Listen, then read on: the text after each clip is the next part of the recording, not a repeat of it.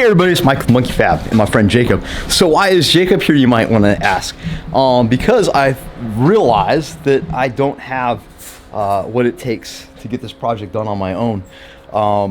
Time and resources have been shrunken, which as the business grows, which is great. That means that, you know, it frees us up to do other things and to help, to have friends come in and give us a hand. Which means a tremendous amount to me. So Jacob is going to be, and he's, you know, what's cool is, so you guys know this, you guys have car friends and you've been through this, but everybody has their own thing that they're good at. Like maybe I like fabricating and welding, engine building, but everybody, you know, has things that they're better at. Their friends at certain tasks, whatever that might be. One thing I certainly dread is wiring. So Jacob, as he laughs, is a little less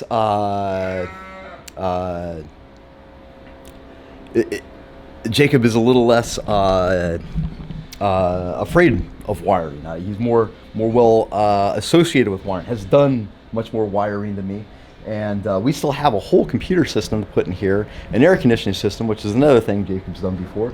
And all this stuff is going to help immensely get this guy back on. Which the main thing of this is that we get to make videos for you guys to watch, because, you know, me making a video about how I put a bolt in is probably pretty boring. But if we can get some actual stuff accomplished on here, get this guy on the road, get some drag times for it, and get it sold so we can get a cooler project, will be cool soon. So everybody, welcome to Jacob. Jacob, say hi to the peoples. What's up, people? And he'll probably be lugging the camera around and shooting video for us and commentating. And we're happy to have him on board. So he's going to stare. The best thing you can do at any project is just stare at it for like an hour or two and try to figure out what the F. And ask questions like, hey, Mike, what the F were you thinking when you were doing X, Y, and Z? So we're going to let him do that. And we're going to work on Monkey Fab stuff. So next time you check in, there'll be some progress, I promise. So I got a crash course on this whole video thing. Not really. I don't really do the videos too much, but I also am not used to working on cars of this caliber either. So trying to be real careful. Got the AC box. Mount that in there so we can mock up the lines and be really careful with the paint. I don't know if y'all have seen the Fentina on this car, but it's pretty phenomenal. Definitely cool ass car. This kit doesn't exactly fit this car. Apparently they don't make an AC kit for a Phoenix.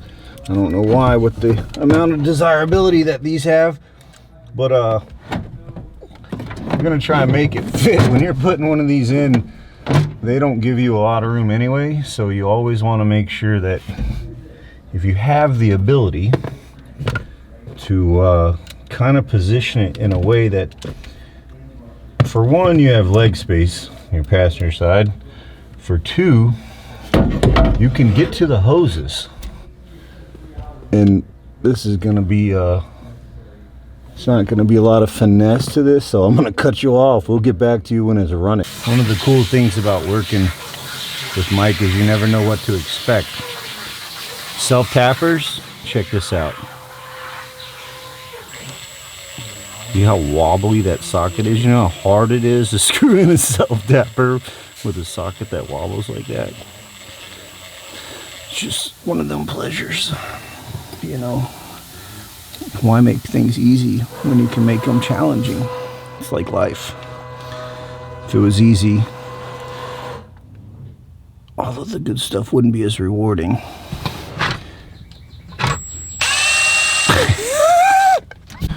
Bob's definitely gonna get beat up. So he kept coming in the shop to get his food. So I put his food outside on top of the box. And he knocked it over. Bob, you're gonna get beat. What is he standing in the box? God, you're such an idiot. Get it, go. Do I really need to whoop your ass again, Bob? Huh? Go Go. Go. Get. Go. Down the street says, real high drill. Maybe it's the third world. Maybe it's just. If you'll be my bodyguard, I can be your long lost pal. Alright, we got the crossover pipe done. It looks a little saggy, but it's because it's just not welded. It's not even tacked here at all. As a matter of fact, this piece right here, I just made it so it will slip you over, shoop, and then twist up into place and lock into our copper V-banded flange. Yeah. So it's funny, yesterday this thing whooped my ass, and then today I walked in and knocked this whole side out in like 2 minutes. So it's that's just how it goes sometimes when you're doing the fabrication stuff. But all I have to do really is finish tacking that guy on the V-band and on the little slidey joint thing I made, and then we can pull it out of there and weld that up, and our crossover pipe will be done. So we'll do that now. That was a lot of work to only get one thing done, but we got it done. The deal when you're welding stainless is always wondering where it's going to end up at when you're done welding it. Ooh, spooky light. And that was kind of part of the deal with what we had going on, yeah. So I'm going to give you so here is our crossover. Let's see if we can get from the front of the car. So from the front of the car, you know, it's not hanging down any further. Oh, there it is. Then the exhaust, which is over, yeah, and then you see our crossover, and it does pretty nice. It's tied up here. It runs in line with our transmission. It has lots of room by the pan. It has lots of room by the converter, and it goes over to our V-band. The V-band, this whole thing kind of shifted probably about 1/16 of an inch in. So I was able to get it clamp on. I'm just gonna see how it goes. I got this is the copper V-band. The V-band went on nice and tight. It's all fills lined up, looks lined up. So we're just gonna run with that and see if it leaks. If it does leak, then we're gonna have to kind of cut it at the slip joint right here, and then give it its 1/16 back and go ahead and tack it. And that's something that I should have done that anyway. I should have welded everything out except the slip joint, came back, tacked the bejesus out of the slip joint, because this stuff all moves. So in case you don't already know, which I'm sure you do, stainless moves like a mofo when you weld it. Just like my manifold, when I welded it, I specifically started welding one side so that it would lift my down pipe up. And it did just exactly that. It lifted it up so much that it bumped it right into the firewall. So then we had to go back and correct that. But just that's something to keep in mind when you're welding stainless. It's just this stack of stainless stuff. Here's from this side. Oh yeah, it's not bad. It's just a stack of tolerances is what I'm getting at. So yeah, I'm pretty happy with that. So our exhaust system, so our turbo exhaust system is done. Yay! Minus that I probably have to go back, cut that slip joint and add a 1/16 of an inch. Boo. But you can get on with charge pipes, fuel lines, and stuff like that.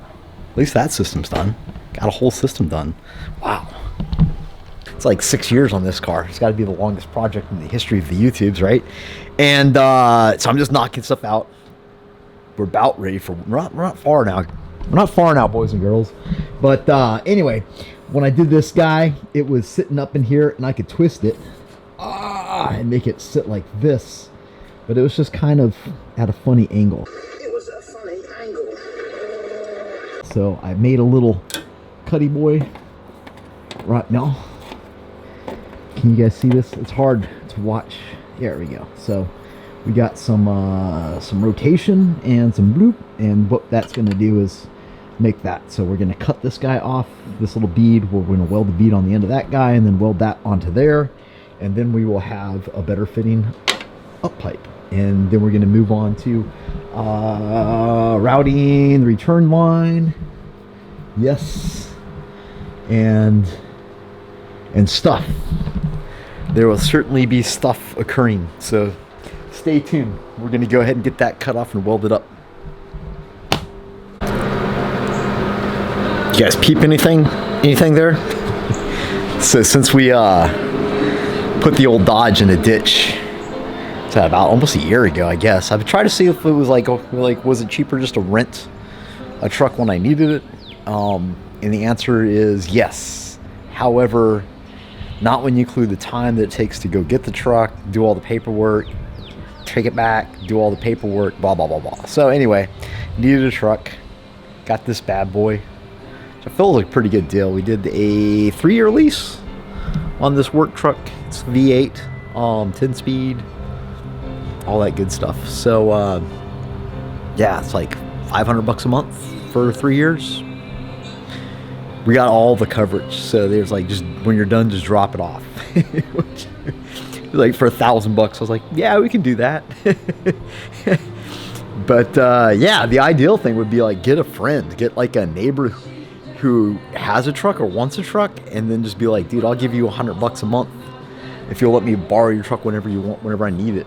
That would work well, because I really only use it. Like the Dodge would sit there for months, right? And then it would get like, it would sit there for so long that the battery would be dead. You have to go there and jump it off to get it running. And yeah, it just doesn't make sense. But when you need a truck, you need a truck. So that's what we did. No more renting trucks, staying in a line, taking back keys, filling up gas. We just got a truck. But it wasn't financially wise.